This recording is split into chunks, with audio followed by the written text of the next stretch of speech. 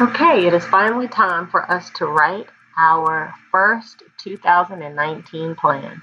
We've talked a lot about our big, audacious goals. And my goal is to go from January 2019, right now, to making over $2 million in revenue by 2021. So that's my big goal. Been thinking about it. It's time to stop thinking about it and start doing.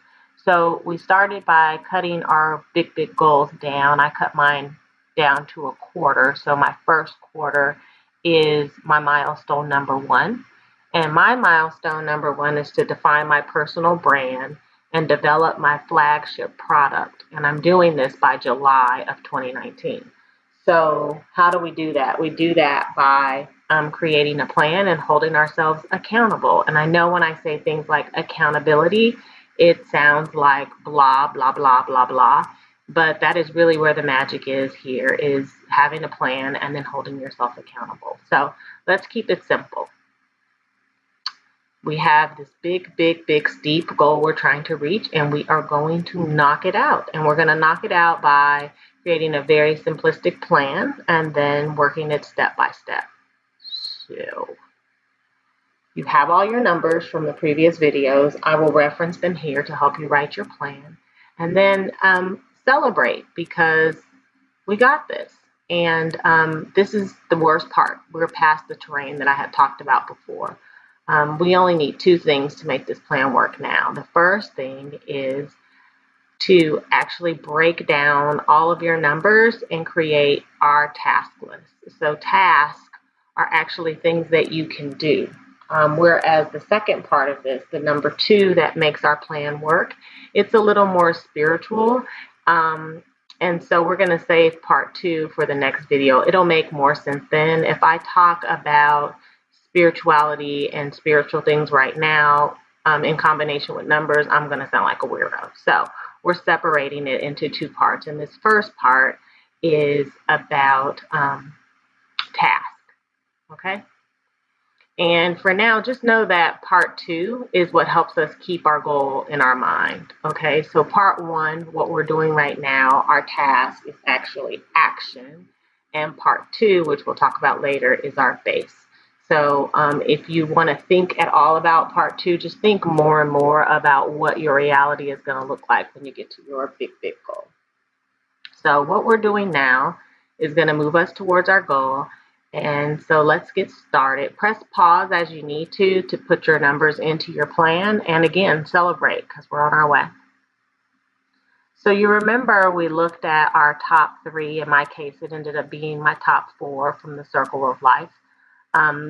Those were ranged from 6 hours to 2 hours in terms of the number of hours that I currently dedicate to those items that I would probably need to maintain in order to reach my goal.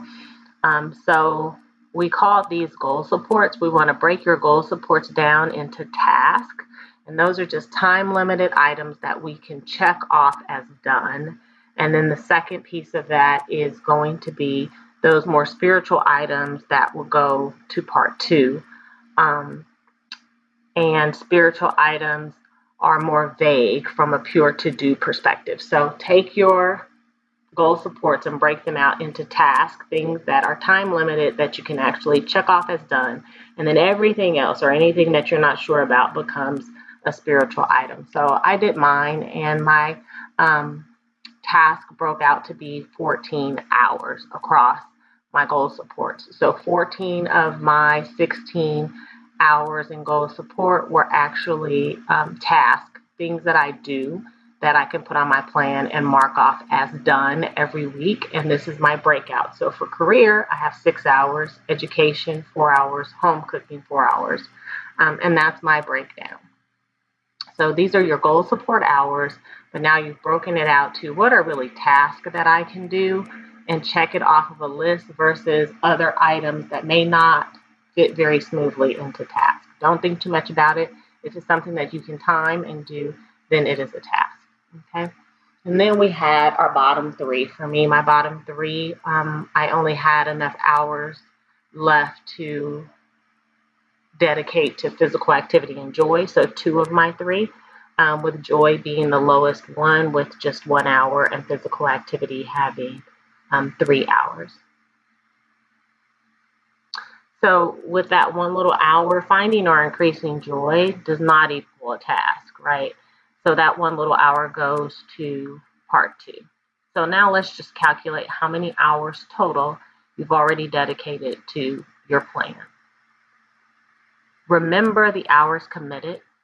So my hours are 20. My tasks are 17.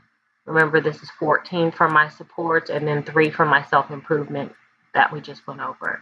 And then the remaining 3 hours for my 20 will go to part 2. So at this point, if you just take all of those numbers and all of those calculations, which are very simple, again, pause as you need to, but this is the schedule that I came up with. So I had already put my committed hours across the week, as you should have done in a prior video. And now I'm taking my task from each of my items, from my top 3 and my bottom 3. Those that had tasks, I've listed them here, and then I've proportioned that out across the week. So go ahead, create your schedule, and stick to it. Don't think about the schedule anymore. The hardest part is creating the schedule. Once you have it created, just do what you have planned to do each day for at least 3 months. Do not, I repeat, do not reevaluate your plan for at least 3 months. So you have a plan, stick to your schedule, which means you're sticking to your plan and you'll reach your big goal. If you have any questions at all, ask your questions in the comments below. The comment section is below the suggested video. Someone asked me that, and I will answer your question there.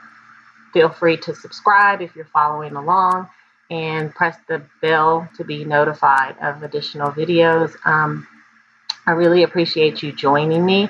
I'm very excited about our journey. Go back, watch whatever you need to get caught up, because this is where the rubber hits the road, okay?